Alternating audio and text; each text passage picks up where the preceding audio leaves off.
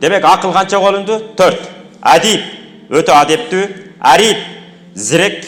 Ләбиб, көрегөч, өте сезімтал. 4-сі, ақилун, ақылды. Ақылы орында болған. Şu 4 сипаттың емері өзізге алып алады. Ақыл ем ошол ақылдың негізі екіге бөлінеді. Қандай болып? Ғаризи, анан кейін муктасаб деп.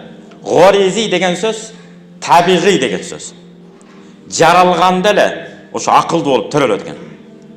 Ошон үчүн кейбир алымдар эмне кылган?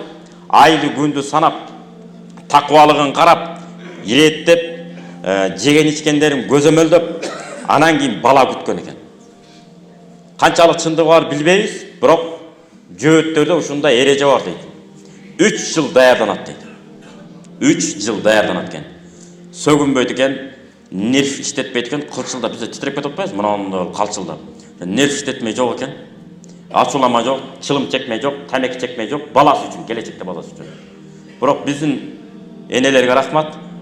Тамекиси, насфайы, нервсене баары бизге окшогон, сизге окшогон нормалдуу балдар төрөлүп калып атат баары.